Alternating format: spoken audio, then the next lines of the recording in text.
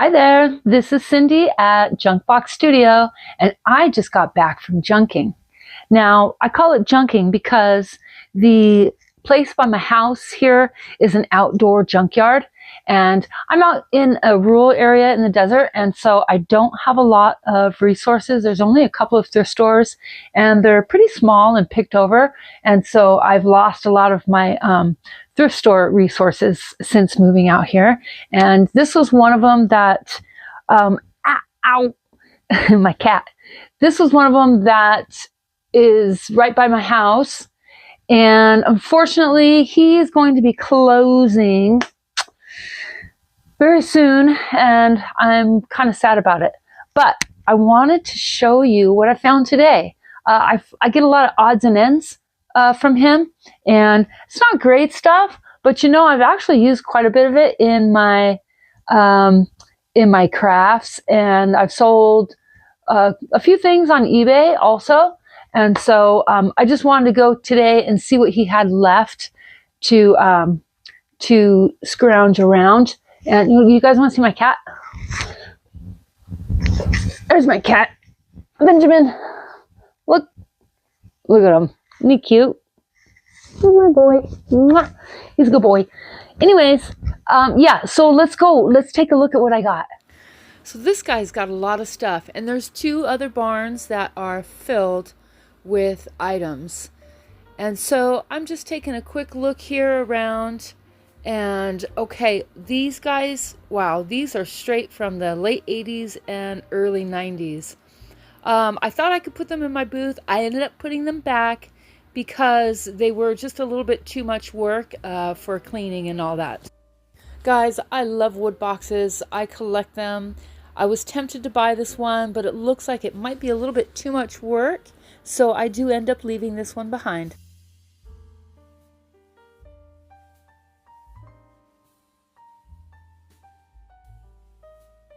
Here is a ceramic duck that is connected to a ceramic pan, which I thought was very 80s. And this guy here, who doesn't love wood and rusty metal, I can use this in a staging piece. I've been keeping my eye out for one of those, and I do end up using that in my video today. I don't know if people still use napkin holders, but these were adorable, and there's no chips, no cracks. I'm going to throw those in my booth.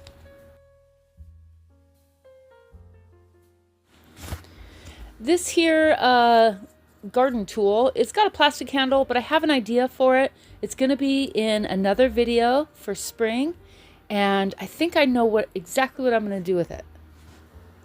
These guys, wooden knobs. Who doesn't love wooden knobs? You know, I can go to the hardware store, but they're here and I pay next to nothing. Look at this owl. Isn't that interesting? I should have picked it up. Maybe I'll go back tomorrow and get it. Okay, I'm not much for butterflies, but I'm going to use this today in my video, and I think I've got the perfect idea for it. Okay, these are really neat. I'm going to use these for a Victorian doll stand, maybe save them for Halloween. And so, oh, these guys, you know, these aren't like, I really like the filigree kind of stuff, but I think I can make those work. Okay, I have a question for you all. Does anybody know what these are? I did a Google image search and I couldn't come up with anything. They look sharp on the ends, but I've never seen anything like these. If any of you know what they are, please leave it in the comments. You know, funny, I see this thing every time I come here, and I'm going to pick it up today. I'm going to use it for a cloche. Pretty excited about that. And greenery, you know, like I said, it's slim pickings out here in the desert, so I take what I can. I can wipe those down and use them in my staging.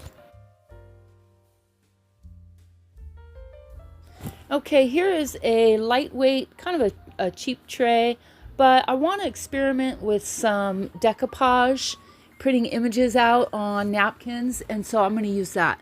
Here's an apple. I'm not going to use this in any of my videos. I'm going to throw this in my booth.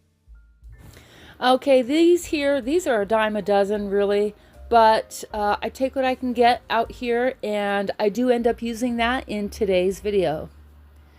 A pile of rusty pans, love it. This here, you know, I checked this out on eBay. It's going for about $30. I actually did not pick this up because I don't like to deal with the shipping. I want to get this cardboard protected, so I'm using a little bit of gesso. And this is just a cheap gesso from Ross in their craft section. It's not really like a gesso, it's more like a gel top coat. And so I switch over to this textured gel medium that gave me more of the look I was going for. And now I'm going to be using a little bit of black paint to get this covered.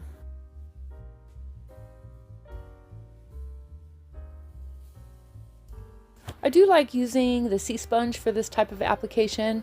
It's giving me the texture that I'm looking for because I'm going to be using a couple of different paint techniques, and you'll see here in just a second.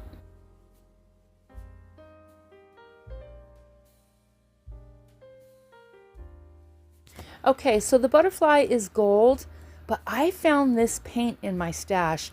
It is called Iced Coffee and it's by Deco Art.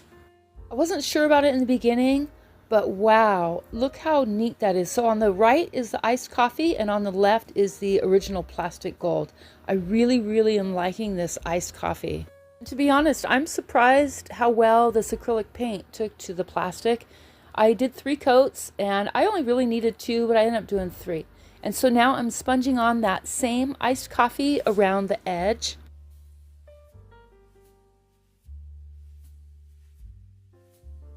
This is my very simple first painting technique. I'm trying to go for like a little bit of a moody mottled effect. And so I end up taking a little bit of black just to cut the edges of that iced coffee. I wanted everything to be soft and muted.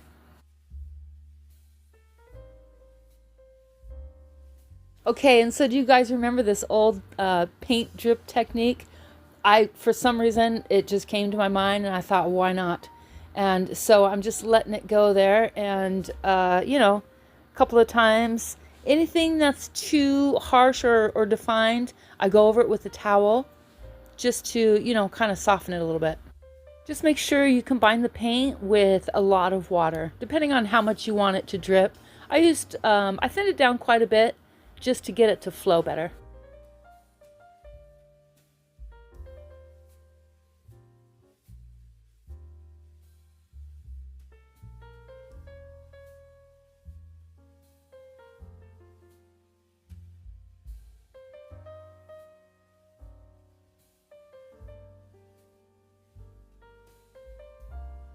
Okay, and wow, I just think this is so gorgeous. I just love it. Very dark and moody, kind of sophisticated, very neat. And so let's see, what am I going to do now? I think I end up softening it down just a little bit more with that black. You know, don't be afraid to try new things. This is actually something I haven't done for a long time, but I just went for it and I'm really happy with it.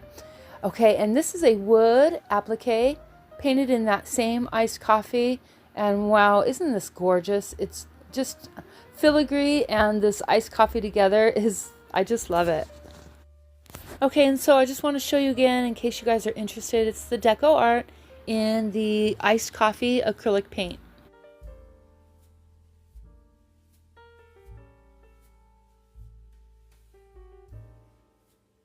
Now I'm taking these adhesive backed half beads, painting them in the same iced coffee. I'm surprised how well they took this acrylic paint.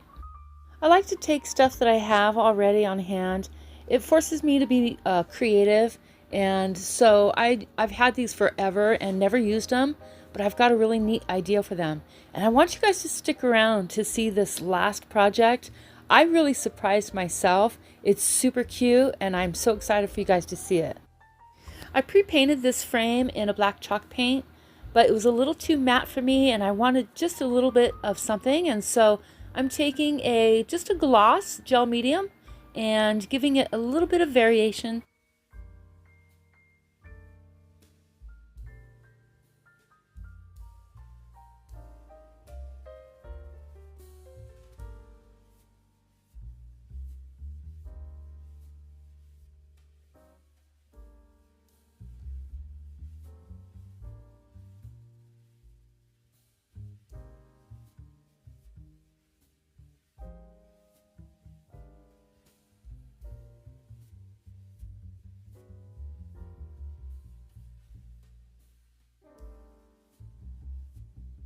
right, let's get the backing on here.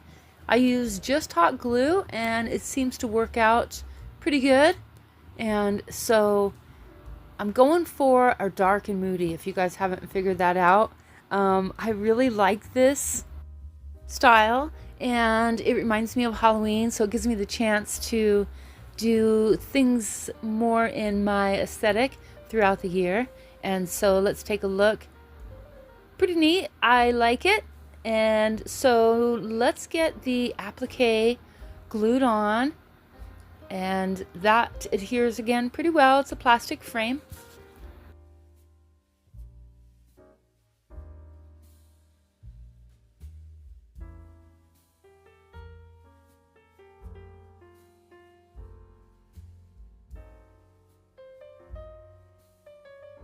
I knew this project was going to need a little bit more, and so I'm taking these half beads and gluing them around the edge.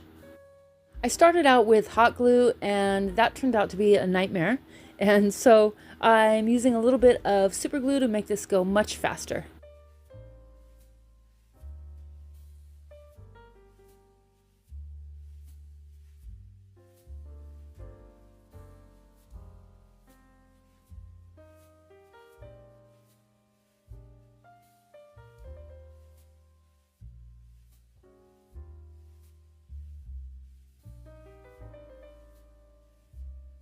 Now let's get that butterfly attached and finish up this project.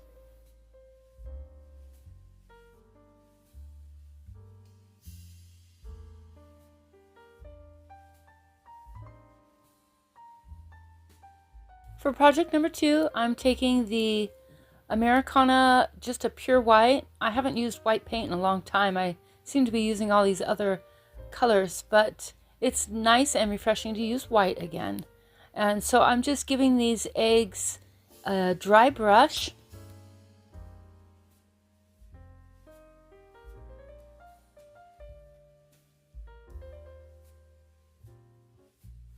I want to get these eggs sanded down. I'm going for a rustic look, and so I'm taking my sanding block and just going over these a little bit.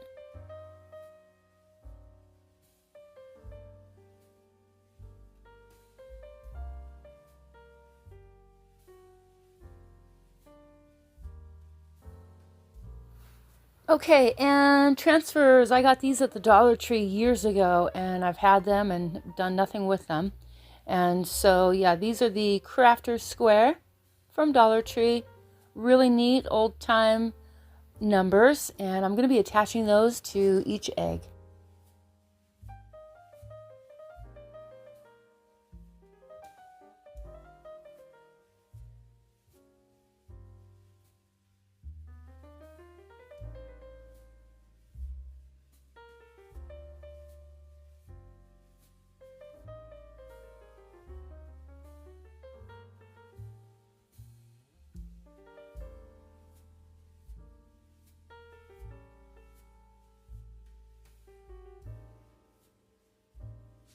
These transfers also are from the Dollar Tree, and they're very old, but very beautiful. And so this guy here, I'm just cutting out some flowers from a nature transfer, and they go with the butterfly pretty well. And so I'm adding those on.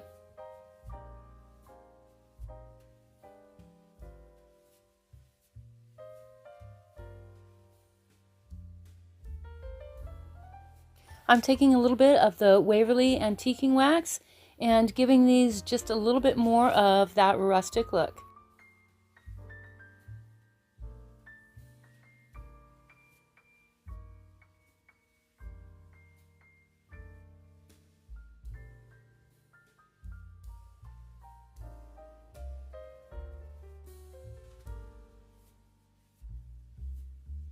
So let's get this project staged. And so I'm taking a little bit of moss. This is just to fill the bottom space. I am going to be using also some green grass. It's kind of like a raffia, but it's more of an actual natural grass that I had thrifted.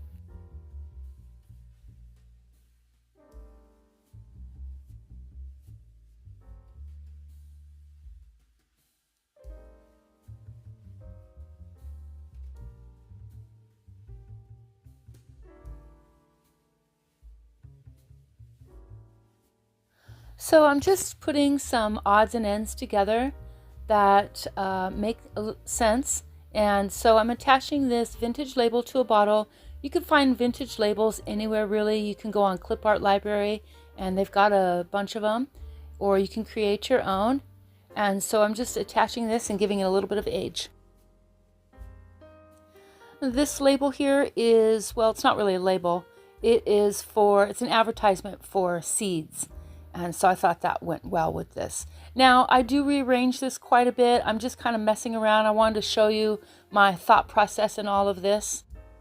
So you can see I switched out the smaller bird for a taller one, and that just gives it more of height and a focal point.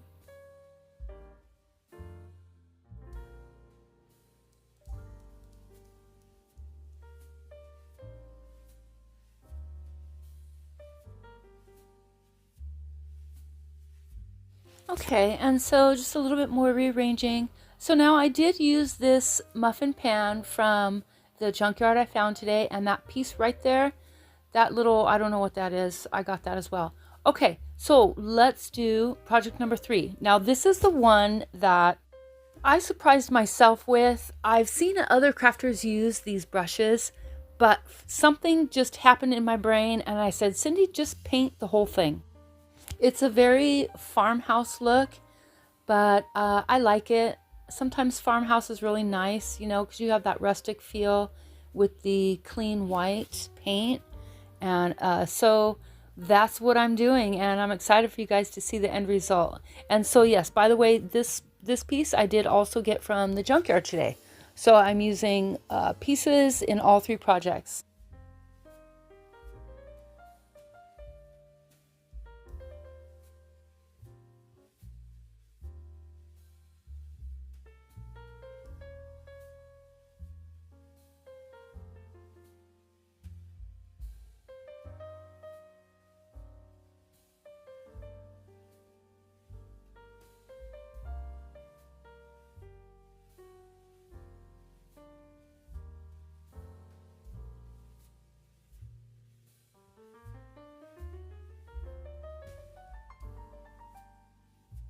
You know, painting this brush for me really kind of starts to take on like an artistic feel more than some of my other craft projects. I don't know what it is. I just love painting on things that are, you know, used in a different way. Okay, and so I was so excited when I found these. These are at Dollar General right now. They're $1.25 and they have 2 different styles. One like this that's sitting and one that's a little bit more standing. They're a great size, and I'm just so happy that I found them. I bought 3, so you might see more of those soon.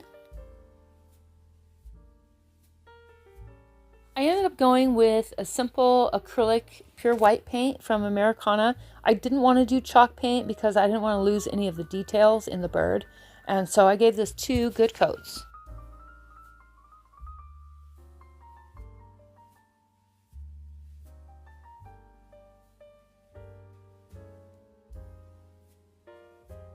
Okay, I gotta put some eyes back on here, and so I'm just using my Coffee Bean by Folk Art acrylic paint. Coffee Bean, one of my favorites. And so I'm just putting the eyes on, and you'll notice at the end I do end up using the same watered down version for the beak.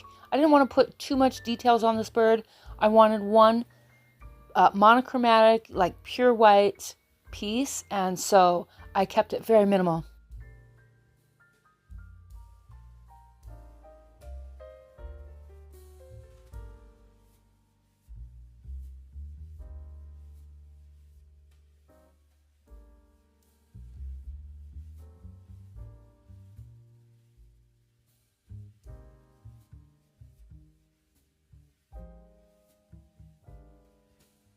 I'm going to be adding some raffia to this project here, and I had a little bit of a battle with this raffia because when it comes folded, it has all these kind of kinks in it, and so I noticed that if I kind of warm it up a little bit and twist it, it will straighten out. And so I haven't tried any other methods. If you guys have worked with raffia before and had success getting this straightened out, let me know. I was thinking of maybe ironing it between 2 cloths or something and see if that works. But, okay, so I now have propped this up. The cow is not a part of this piece, but I wanted you guys to see what I'm doing. And so I'm just tying one simple tie. And so instead of having the raffia go to either side of the brush, it looked a little too farmy for me. And so you'll see what I mean by when I swing it over to one side, it gives it just a totally different look.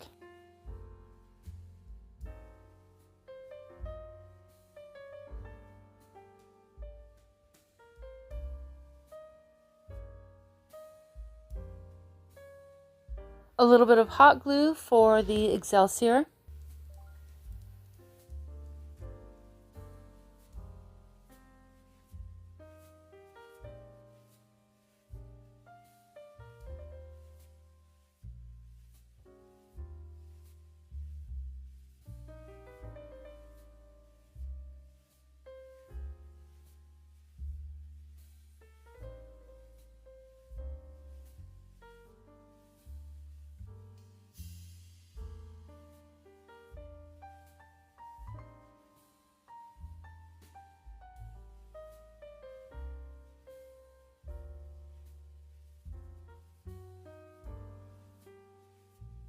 I'm adding a little bit more Excelsior to the bottom of the bird. Not too much, just a little bit. I want to keep this kind of thinned out.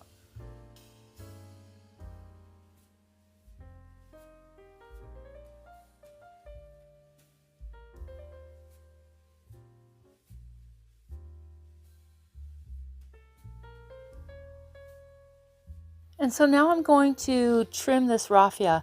And I noticed the blunt ends don't look that great, so I'm cutting at an angle, and kind of a pretty severe angle on a couple of them, so I'm going to kind of a severe angle there.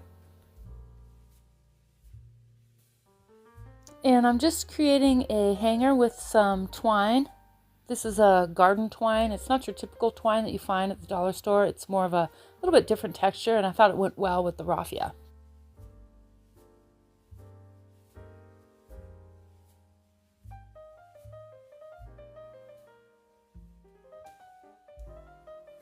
For this last step, I'm just taking a little bit of Mod Podge to protect the bird, and also it was a little too matte for me, so I wanted to give it just a little bit of something. I really hope you guys enjoyed today's video of my junkyard finds.